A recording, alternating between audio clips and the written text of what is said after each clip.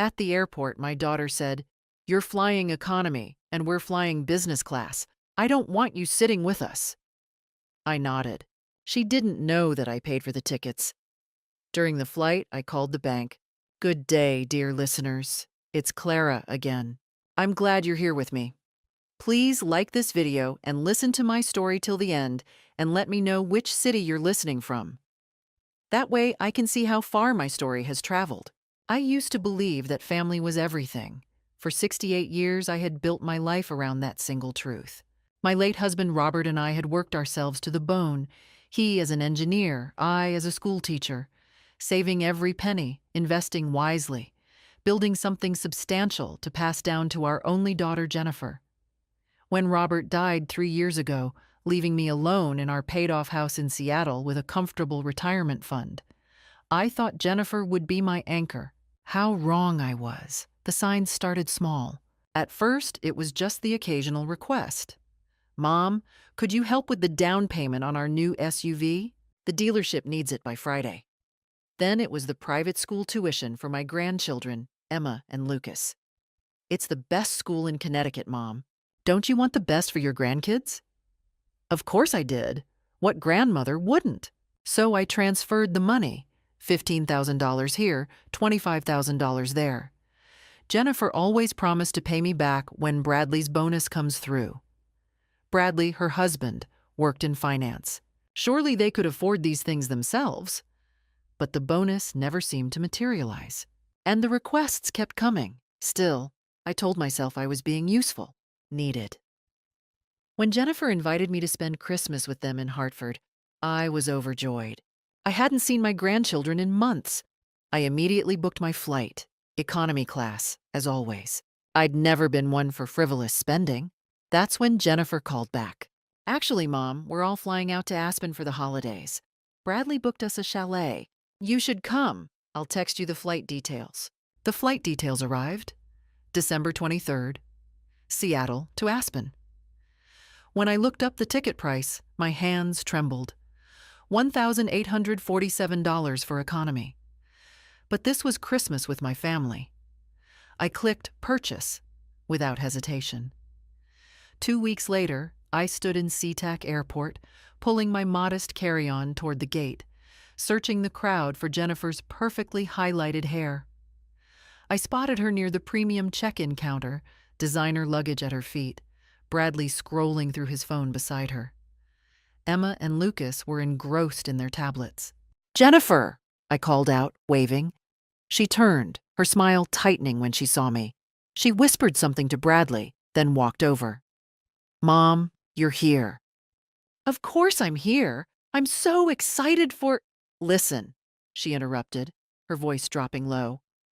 "There's been a situation with the seating.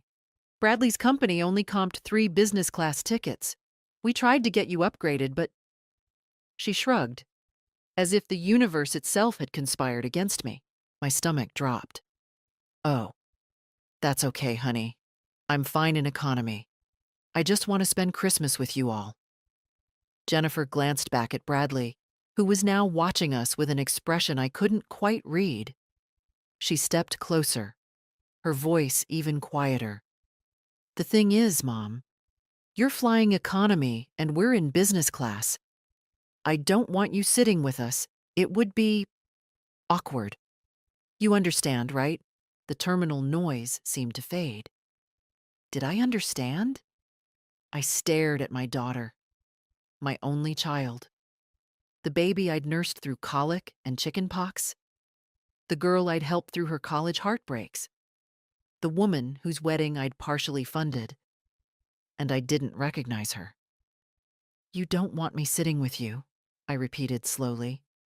"It's not personal, Mom. It's just, the business class cabin is small, and we want to relax as a family. You get it." I nodded. What else could I do? Make a scene in the middle of the airport? She patted my shoulder, actually patted it like I was a child, and walked back to her family.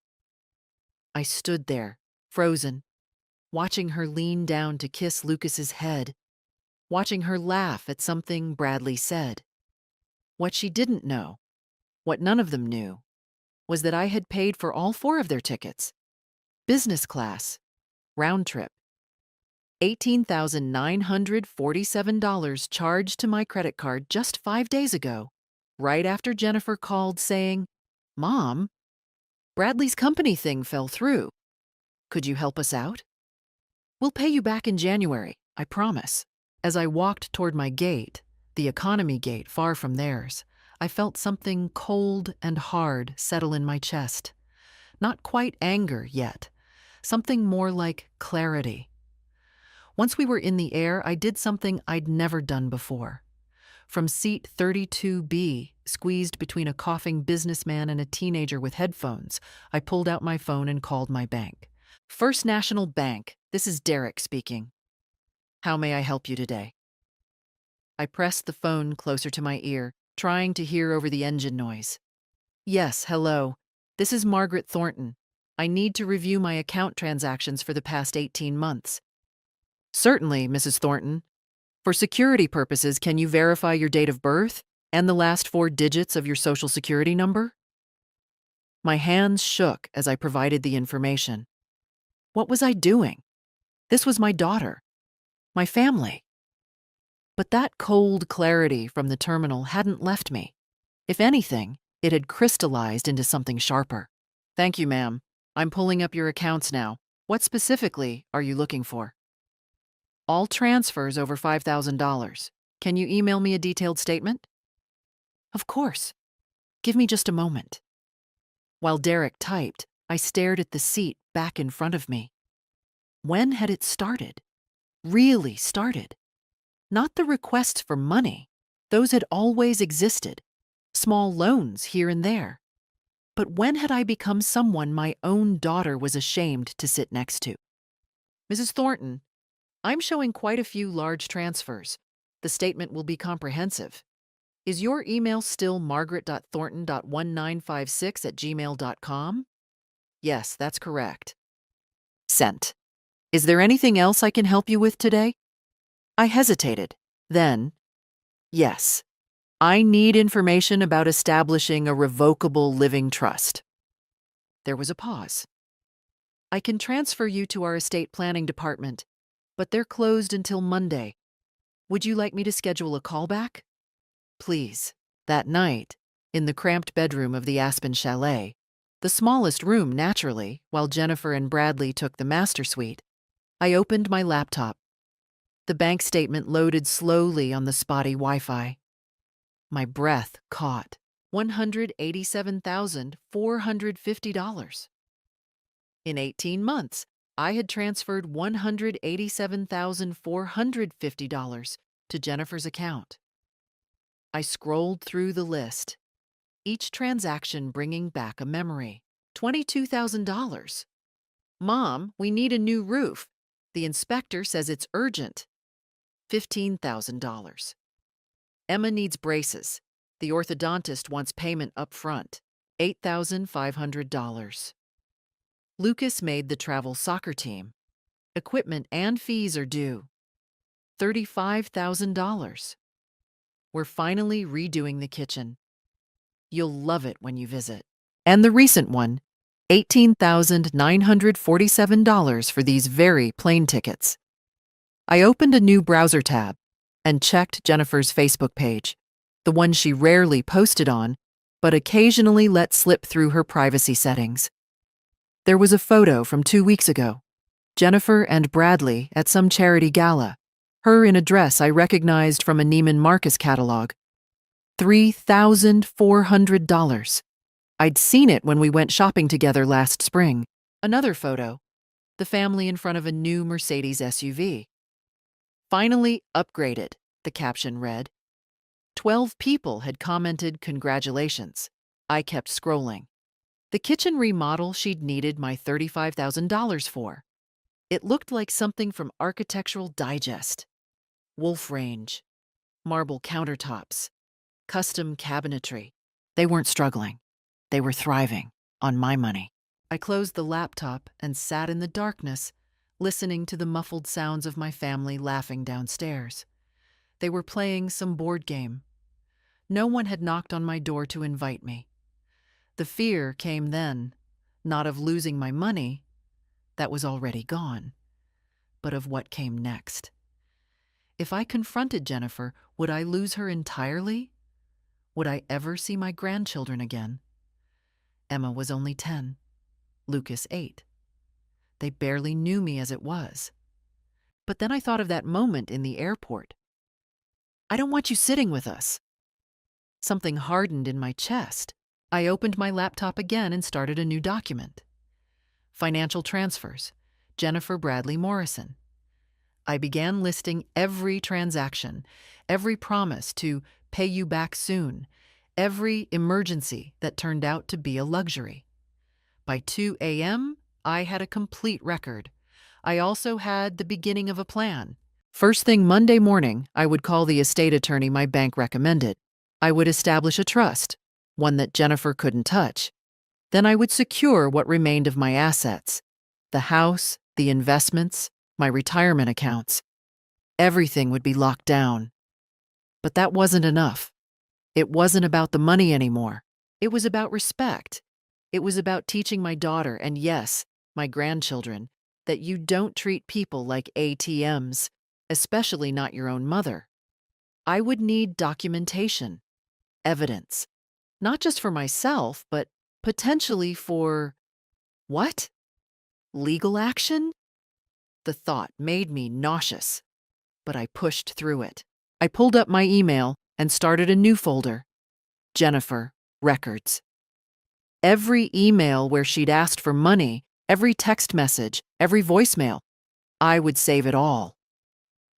As dawn broke over the Aspen Mountains, I heard footsteps in the hallway. A soft knock. "Grandma?" It was Lucas's voice. "Are you awake? Mom says breakfast is ready." I took a breath and opened the door, smiling at my grandson. "I'll be right down, sweetie." He grinned and ran off. I could do this. I would do this. But first, I had to get through Christmas. The Monday after Christmas, I sat in the offices of Patterson and Associates, estate planning attorneys, facing a woman named Claire Patterson, who couldn't have been much older than Jennifer. But unlike my daughter, Claire looked at me with genuine attention. "Mrs. Thornton, you mentioned on the phone that you want to restructure your estate plan. Can you walk me through your current situation?" I slid the folder across her desk. 37 pages of bank statements, highlighted transfers, and a timeline I'd constructed during the sleepless nights in Aspen. "I need to protect my assets from my daughter." Claire's eyebrows rose slightly, but her expression remained professional. She opened the folder and began reading. I watched her face as she processed the numbers, the patterns, the sheer volume of money that had flowed from my accounts to Jennifer's. After 5 minutes, she looked up. "Mrs. Thornton, I need to ask you something directly. Did your daughter coerce these transfers? Were you threatened or manipulated?" "No," I said quietly. "She asked, I gave, every single time." "And she promised repayment?" "Every single time," I repeated. "I have the emails, the text messages. I'll pay you back next month, Mom, I promise." Claire nodded slowly. "How much of this has been repaid?" $0, 0 cents. She closed the folder. "All right, here's what we're going to do. First, we establish a revocable living trust. All your assets, your home, your investment accounts, your savings, transfer into the trust. You maintain complete control as trustee, but the assets are protected. Second, we draft a new will. I'm assuming your current will names Jennifer as primary beneficiary." I nodded. "We'll restructure that. Set up educational trusts for your grandchildren that mature when they turn 25. Name a charity or charities for the remainder. Jennifer gets nothing she can access immediately." The words should have hurt. Instead, they felt like relief. "How long will this take?" "The trust can be established within 2 weeks. The will revision immediately after." "But Mrs. Thornton," Claire leaned forward. "Once you do this, your daughter will likely find out. If she's monitoring your accounts, if she's named on anything, There will be notifications. Are you prepared for that confrontation? I thought of the airport, of Christmas morning, when Jennifer had handed me a $15 scented candle from TJ Maxx while showing off the Cartier bracelet Bradley had given her, of Boxing Day, when she'd casually mentioned needing just a small loan of $8,000 for property taxes. I'm prepared, I said. The paperwork was filed on January 4th. By January 6th, my phone rang.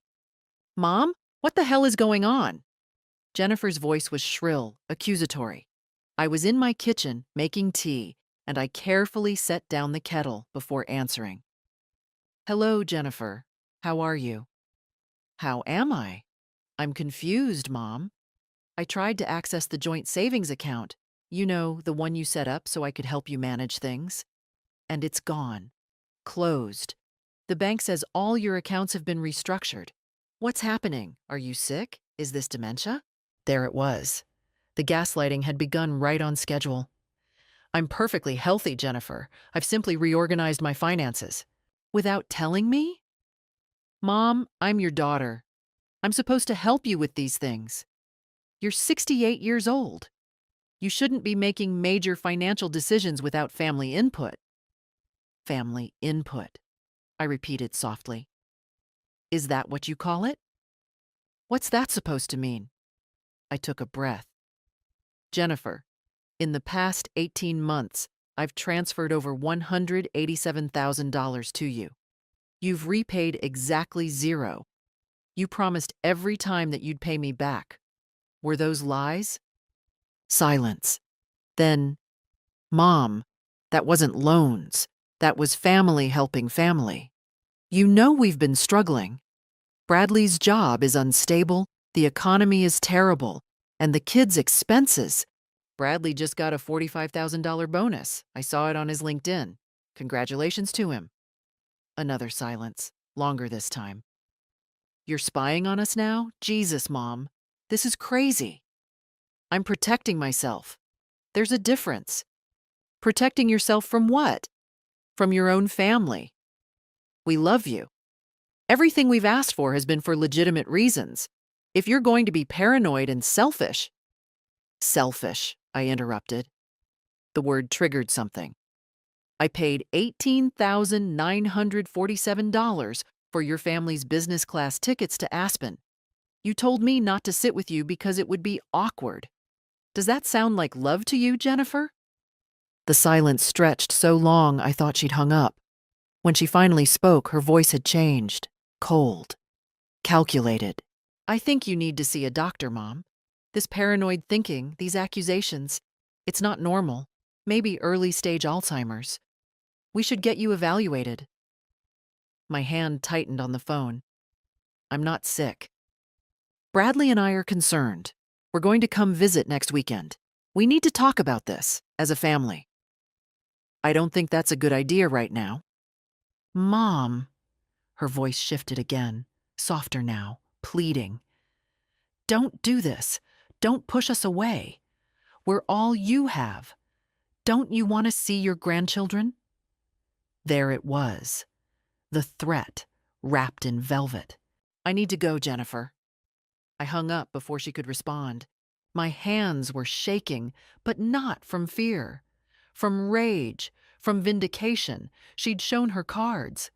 The dementia accusation, the emotional manipulation, the threat of withholding my grandchildren.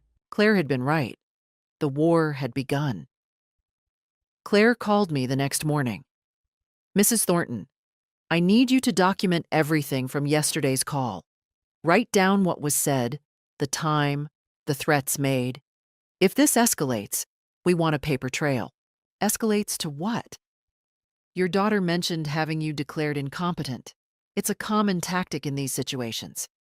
If she can get a court to agree you're mentally unfit, she could petition for conservatorship, essentially legal control of your finances. My blood ran cold. She can do that? She can try. That's why we're documenting everything. Keep your wits about you, Mrs. Thornton. Stay sharp. And if she shows up with a doctor or anyone claiming to evaluate you, Do not let them in your house without your own attorney present. I spent the next 3 days in a state of hypervigilance, jumping at every car that drove past, every knock at the door. But Jennifer didn't come.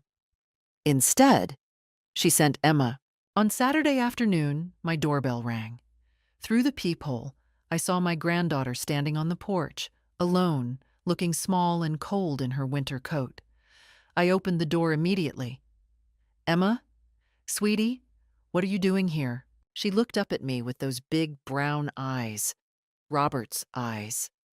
"Grandma, can I come in? I'm cold." I pulled her inside, looking past her for Jennifer's car, but the street was empty. "How did you get here? Where's your mother?" "She's at the coffee shop down the street. She said I should come talk to you alone." "Grandma, are you mad at us?" My heart cracked. I led her to the couch, wrapped a blanket around her shoulders. "No, sweetheart, I'm not mad at you." "But you're mad at Mom. She's been crying. She says you don't love us anymore because you took away all your money." I closed my eyes. Of course. Send the child to deliver the guilt. "Emma, your mom and I are having a disagreement. An adult disagreement. It has nothing to do with you or Lucas. I love you both very much." "Then why won't you help us anymore? Mom says we might lose our house. She says we can't afford things because you're being mean." "Emma, she says you're sick, that you're forgetting things and getting confused. Are you sick, Grandma?" I took both her hands in mine. "Listen to me very carefully. I am not sick. I am not confused. Your mother and I have some things to work out, but none of it is your fault, and none of it means I love you less. Do you understand?" She nodded, but her eyes were uncertain. The door burst open. Jennifer stood there, her face a mask of fury. "Get away from my daughter!" "Jennifer, I said get away from her." She grabbed Emma's arm, pulling her off the couch. "What did she tell you, baby? What did Grandma say?" Emma started crying. "Nothing, Mom. I just—" "Don't lie to protect her. Did she say bad things about me?" "Jennifer, stop it. You're scaring her." Jennifer whirled on me. "I'm scaring her? You're the one tearing this family apart. You're the one choosing money over your own grandchildren." "I'm choosing to protect myself from being exploited." "Exploited?" She laughed, sharp and bitter. "You think helping your family is exploitation? We trusted you, Mom. We thought you loved us enough to—" "To what? Fund your lifestyle while you treat me like an embarrassment? While you exile me to economy class and tell me not to sit with you?" Bradley appeared in the doorway then, his expression cold and calculating. "Mrs. Thornton, I think we all need to calm down. Emma, go wait in the car." Emma fled, still crying. Bradley stepped inside, uninvited. "Here's the situation. Jennifer tells me you've made some concerning financial decisions lately. Paranoid decisions. We're worried about you." "Get out of my house. We've consulted with an attorney," he continued as if I hadn't spoken. "We can petition the court for an emergency psychiatric evaluation. Given your erratic behavior, the sudden account closures, the accusations against your own daughter, a judge would likely approve it." My breath caught. "That's not legal. You can't force—" "We can if we believe you're a danger to yourself. And this obsession with money, these delusions that Jennifer is somehow using you, that's dangerous, Mrs. Thornton. We're prepared to do whatever it takes to protect you from yourself." "And to protect yourselves from losing your cash cow," I said quietly. Jennifer flinched. Bradley's jaw tightened. "You have until Monday," he said. "Reverse these account changes, apologize to Jennifer, and we'll forget this happened. Or we file the petition Tuesday morning. Your choice." They left, slamming the door behind them. I stood in my living room shaking. Then I called Claire. "They're threatening a psychiatric hold," I told her. "Can you get to my office right now?" 30 minutes later, I was signing papers. An advanced directive.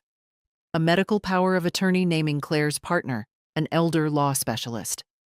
A formal declaration of competency, co-signed by my physician, Dr. Sarah Chen, who'd treated me for 20 years. They file that petition. We have countermeasures, Claire explained. But Mrs. Thornton, you need to disappear for a few days. Stay with a friend. Get out of their immediate reach. I thought of my college roommate, Patricia, who lived in Portland. We'd stayed close over the decades. I can do that. I drove to Patricia's that night. For 3 days, I turned off my phone, sat by her fireplace, and let myself breathe. When I finally turned my phone back on, there were 47 missed calls from Jennifer. The voicemails started desperate and ended furious. Mom, please call me back. We need to talk. I'm sorry about Bradley. He was just worried. We're all worried, please. Then, Mom, this is ridiculous. You can't just disappear. I'm your daughter. Call me. Then, fine. If you want to play games, we can play games. But you're going to regret this. And finally, we've hired an attorney. We're moving forward with the competency evaluation. You've left us no choice. I sat in Patricia's guest room, listening to my daughter's voice spiral from manipulation to rage, and I felt nothing. Or rather, I felt a cold, crystalline clarity. Patricia knocked softly and entered with 2 cups of tea. You okay? I don't know what I am, I admitted. She settled into the chair across from me. Patricia had been a family law attorney before retiring, sharp and pragmatic. We'd met at University of Washington in 1975, bonded over late-night study sessions and a shared intolerance for bullshit. Talk to me, she said, lawyer to friend. I told her everything. The years of transfers, the broken promises, the airport humiliation, the threats. When I finished, Patricia was quiet for a long moment. Maggie, she finally said, using my college nickname, they're going to lose. How can you be sure? Because they're acting out of desperation, not strategy. The competency petition? It'll never hold. You have medical documentation. You've been proactive with legal planning. You're clearly of sound mind. Any judge will see through it. But what if? No what ifs. Listen to me. She leaned forward, her expression fierce. I've seen hundreds of these cases. Adult children who view their parents as retirement accounts. You know what they all have in common? They count on their parents being too ashamed, too guilty, too afraid of losing family connections to fight back. They weaponize love. The words hit like a physical blow because they were true. You're doing the right thing, Patricia continued. You're setting boundaries. You're protecting yourself. And yes, it hurts. But Jennifer made her choices. She chose to exploit you. She chose to humiliate you. She chose to threaten you. Those are her choices, not yours. My phone buzzed, a text from Jennifer. Mom, please, can we just talk? I miss you. The kids miss you. We can work this out. I showed Patricia. Classic cycle, she said. Rage, then love bombing. Next will come the guilt trip, then back to rage. Don't respond. But Emma is being used as a pawn. The kindest thing you can do for those children is show them that actions have consequences, that you can't treat people like ATMs and expect unconditional love in return. Over the next 2 days, Jennifer's texts continued, each one a carefully calibrated attempt at manipulation. Bradley apologizes for what he said. He was just stressed about work. Emma made you a card at school. She misses her grandma. I know I've made mistakes, but we're family. Doesn't that mean anything to you? You're really going to throw away your relationship with your grandchildren over money? That last one almost broke me. But then I remembered Claire's words. Document everything. I forwarded each message to my attorney. On day 4, the tone shifted again. Fine. If this is how you want it, we won't bother you anymore. I hope you enjoy your money more than you would have enjoyed your family. Then, an hour later, our attorney says the court date is set for February 15th. See you there. I called Claire immediately. They filed? I asked. They did. Petition for emergency psychiatric evaluation and temporary conservatorship. It's garbage, Mrs. Thornton. Completely without merit. But we need to be prepared. What do I need to do? Come back to Seattle. We'll schedule a comprehensive evaluation with a neuropsychologist of our choosing.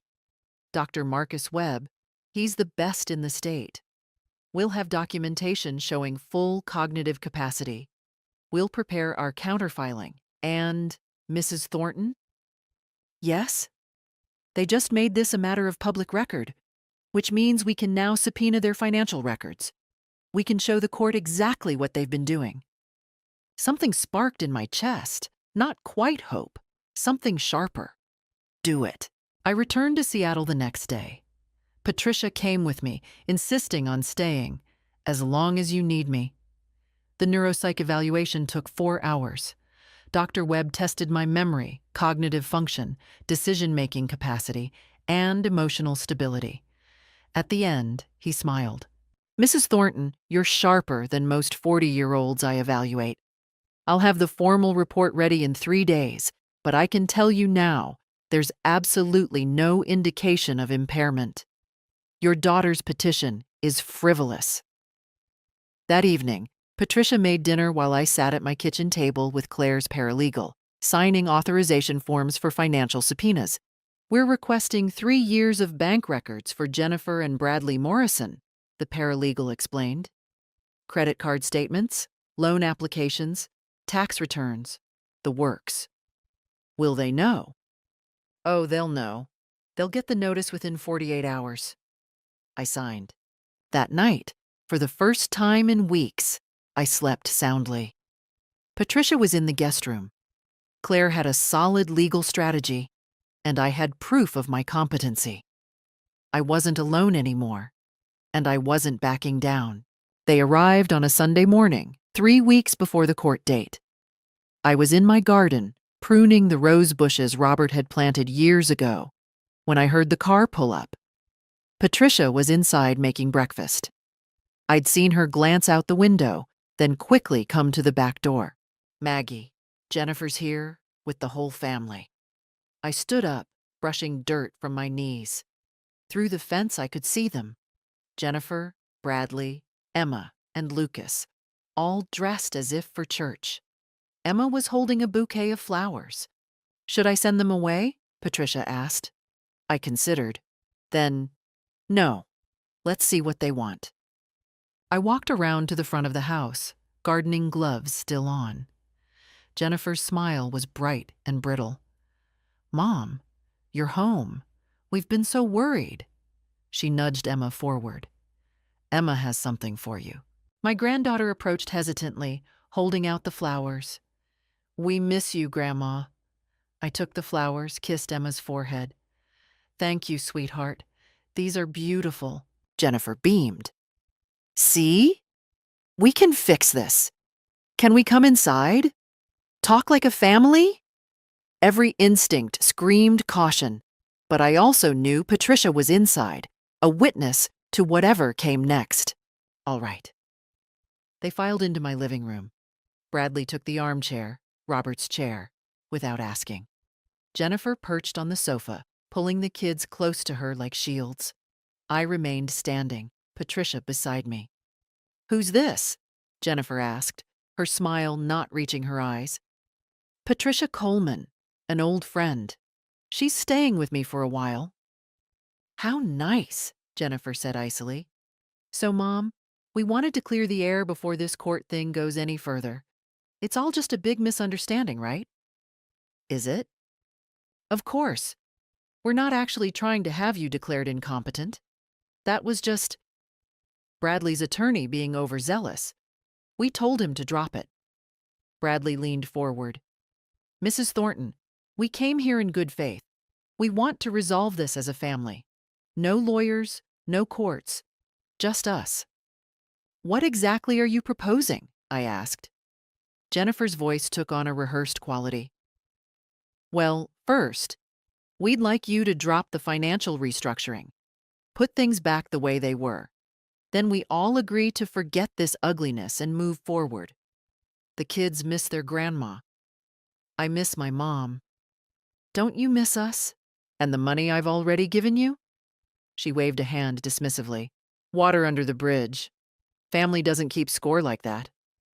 So you're not planning to repay any of the $187,000? Bradley's expression hardened. That was family assistance, not loans. You gave freely. If you're now trying to claim it was loans, that's a conversation we can have with our attorney. Your attorney who's pushing for conservatorship? Patricia interjected quietly. Jennifer shot her a venomous look.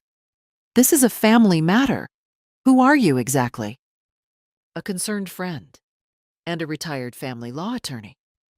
The temperature in the room dropped 10 degrees. Jennifer turned back to me, her voice rising. Mom, are you seriously letting some stranger poison you against your own family? Patricia is hardly a stranger. We've been friends for 50 years. And we're your blood, your daughter, your grandchildren. Jennifer's mask was slipping now. After everything we've done for you. What exactly have you done for me, Jennifer? She blinked, momentarily thrown. What? I'm asking genuinely. What have you done for me? In the past 5 years, what have you contributed to my life besides requests for money? That's not fair.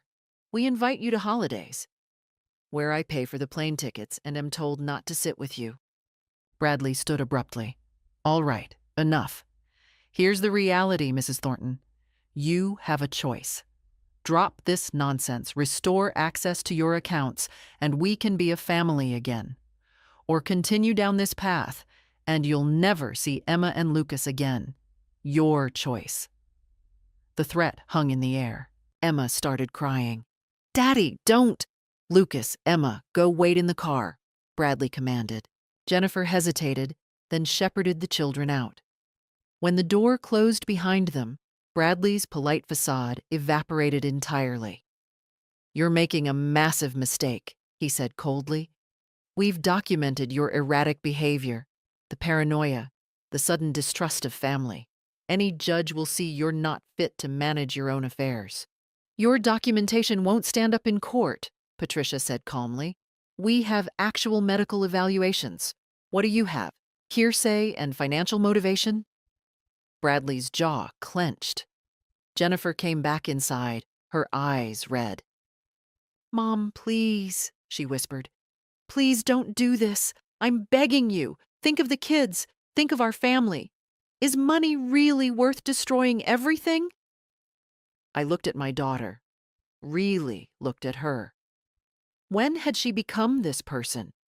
Or had she always been this way, and I'd simply been too loving, too giving to see it? You're the one who chose money over family, I said quietly. You chose it every time you lied about paying me back. Every time you saw me as a resource instead of a person.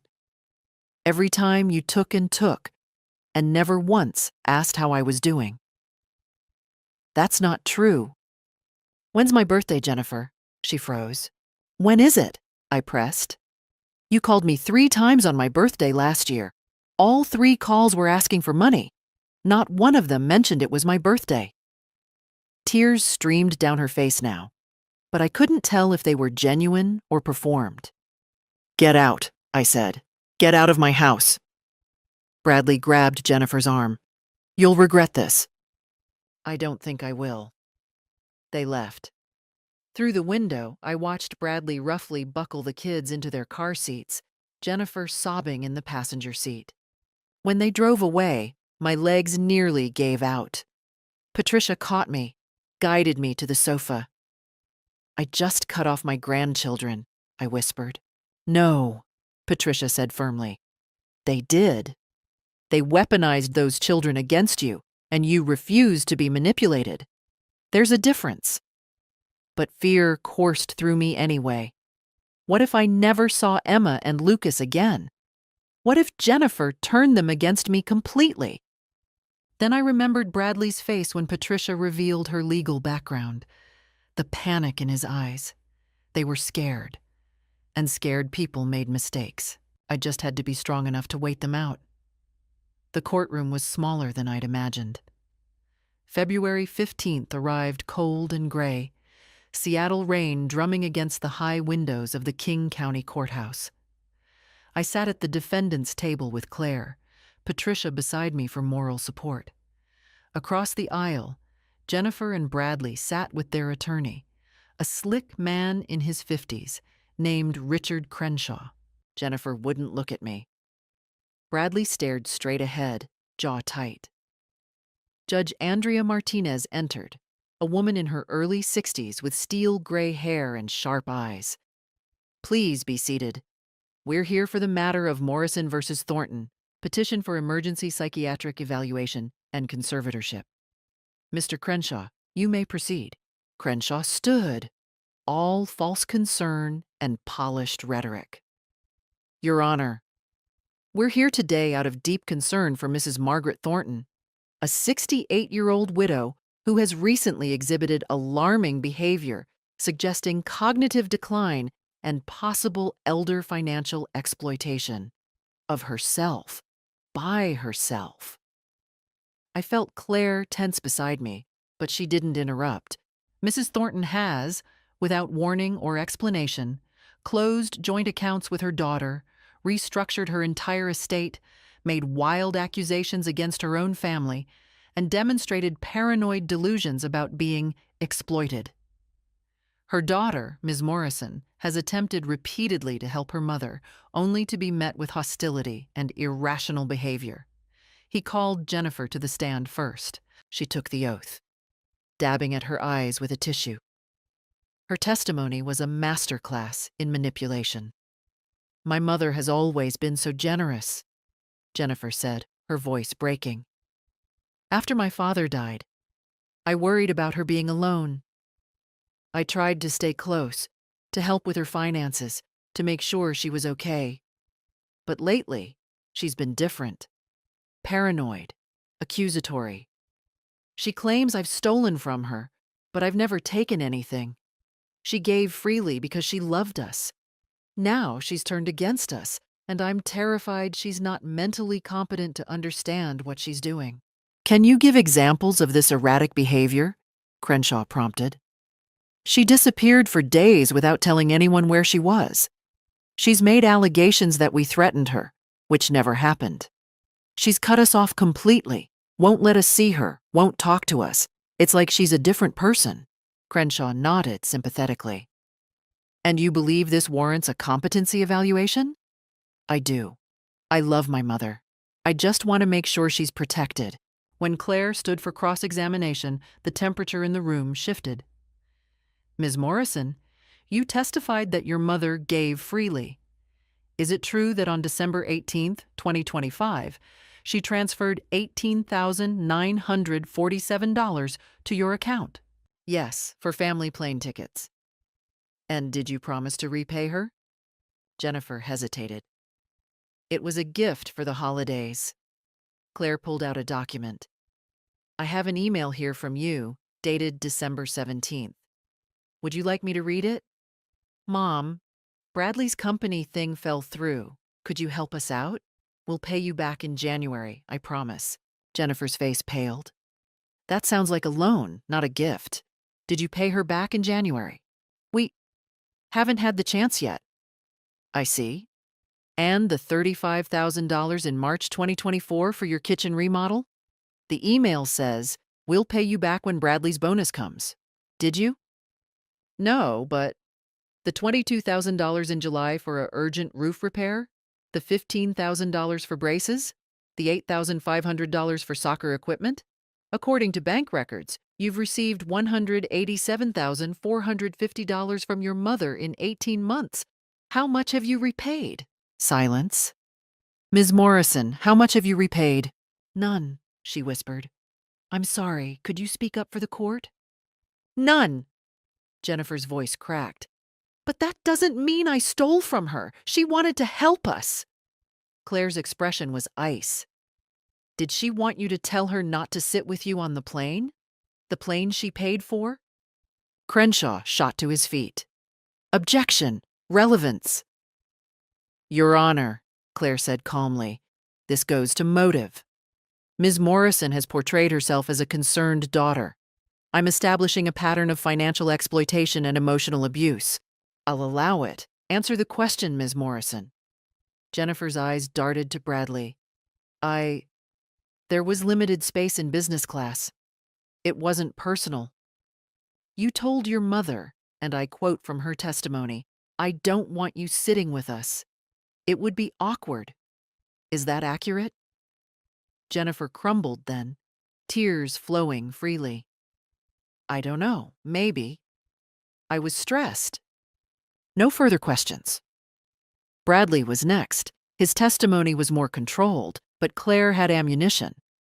Mr. Morrison, what is your annual income?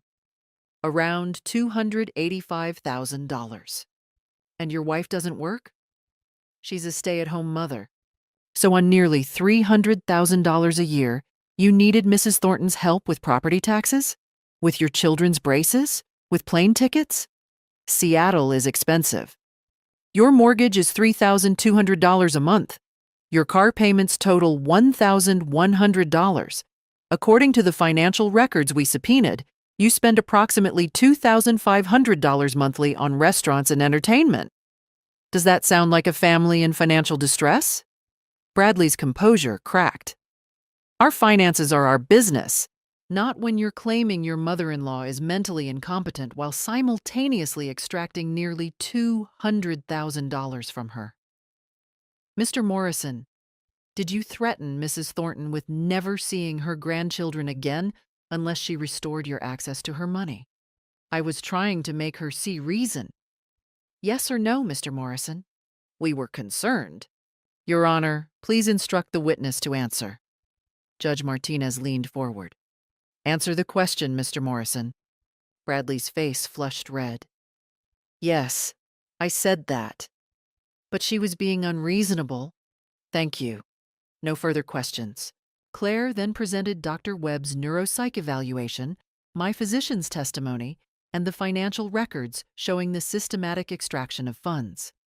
When it was over, Judge Martinez didn't even leave the bench to deliberate. I've heard enough, she said. The petition for conservatorship is denied. Mrs. Thornton is clearly of sound mind and has every right to manage her own finances. Furthermore, I'm deeply troubled by what appears to be a pattern of financial exploitation. Ms. Morrison, Mr. Morrison, you should be ashamed of yourselves. Jennifer sobbed audibly. Bradley sat stone-faced. This court is adjourned. Outside the courthouse, Jennifer tried to approach me. Mom, please. Don't, I said quietly. Just don't. We can fix this. You tried to have me declared incompetent so you could control my money. There's no fixing that, Jennifer. I walked away, Claire and Patricia flanking me. I didn't look back. 3 weeks after the court hearing, Claire called with news. Mrs. Thornton, I wanted you to know Jennifer and Bradley are facing consequences beyond just losing their petition. I set down my coffee. What kind of consequences? The court transcripts were public record. A reporter from the Seattle Times picked up the story. It ran this morning. She emailed me the article. The headline read, Local couple attempted conservatorship of mother after receiving $187,000 in loans. The article was devastating in its clinical recitation of facts.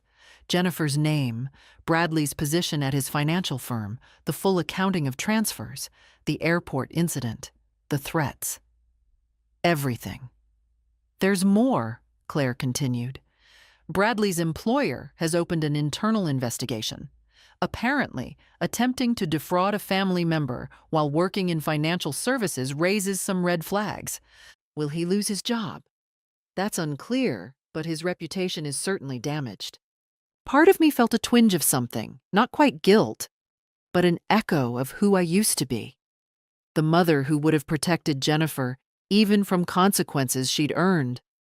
But that woman had died in SeaTac Airport. Over the following weeks, the fallout continued. Bradley was placed on administrative leave. Their country club membership was quietly revoked. Scandal was unwelcome among the Connecticut elite. Jennifer's friends went silent. I learned this from Emma, who called my landline one evening in late March, her voice small and scared. "Grandma? Mom doesn't know I'm calling. Everything's falling apart. Dad might lose his job. Mom cries all the time. They say it's all your fault." I closed my eyes. "Emma, your parents made choices. Those choices had consequences. That's not my fault. But why can't you just forgive them? Isn't that what families do? Families also respect each other. Your parents didn't do that." "So you're never going to see us again?" Her voice broke. That question haunted me for days. In April, I hired a family law specialist to draft a proposal. Educational trusts for both grandchildren, fully funded for college, and supervised visitation rights. The proposal was delivered to Jennifer and Bradley's attorney. Their response came within 48 hours. They rejected it. They wanted full restoration of financial access or nothing, so I gave them nothing. By June, Bradley had been terminated. The reputational damage to the firm was cited. He took a position at a smaller company for half his previous salary. They put their house on the market in July. I learned they'd moved to a modest rental in a less prestigious neighborhood. Jennifer had taken a job as a receptionist, her first job in 15 years. The Mercedes was gone, replaced by a used Honda. I felt no joy in their downfall, but I felt no guilt either. In August, a letter arrived. Jennifer's handwriting on plain stationery. "Mom, I know you probably won't read this, but I need to write it anyway. You were right. About everything. I used you. I took advantage of your love and generosity. I treated you like an ATM instead of my mother. And when you finally stood up for yourself, I tried to destroy you rather than face what I'd become. I don't expect forgiveness. I don't deserve it. But I want you to know that losing everything has been the best thing that ever happened to me. For the first time in years, I'm working. I'm contributing. I'm showing Emma and Lucas what it means to earn something. Emma asks about you every day. She misses you. So does Lucas. I miss you too. I'm not asking you to let us back into your life. I'm just asking you to know that I'm sorry. Truly, deeply sorry. And that I'm trying to be better. Jennifer." I read the letter 3 times. Then I put it in a drawer. Maybe someday I'd respond. Maybe someday I'd see my grandchildren again on my terms. But not today. Today I was healing, and that was enough. Autumn arrived with unexpected beauty. The maple tree in my front yard blazed brilliant red, and for the first time in years, I actually stopped to appreciate it. Patricia had returned to Portland in May, but we spoke twice a week. "You sound different," she told me during one call in late September. Lighter. She was right. I hadn't realized how much weight I'd been carrying, the financial burden, the emotional weight of walking on eggshells, of being afraid to disappoint. Now, my calendar belonged to me. I joined a book club at the local library, something Jennifer had always dismissed as boring. The women there became real friends who saw me as Margaret, not as someone's mother or ATM. I started taking watercolor classes on Thursday mornings. My paintings were terrible, but I didn't care. The instructor, Harold, also widowed, made me laugh. We started having coffee after class. Nothing romantic, just companionship. But it felt revolutionary. In October, I did something I'd dreamed about for decades. I booked a trip to Italy. 3 weeks, traveling alone. Rome, Florence, the Amalfi Coast. When I posted photos on Facebook, comments poured in from old friends and former teaching colleagues. "You look radiant, living your best life." I was. Meanwhile, through occasional Google searches, I tracked Jennifer's situation. Their rental was in a struggling neighborhood. Emma had been pulled from private school. Jennifer's Facebook page, once a showcase of designer outfits and luxury, had gone silent. Her last post was from June, a generic quote about new beginnings with 3 likes. Bradley's consulting business was floundering. His LinkedIn showed lost clients. A Google search of his name still brought up the Seattle Times article first.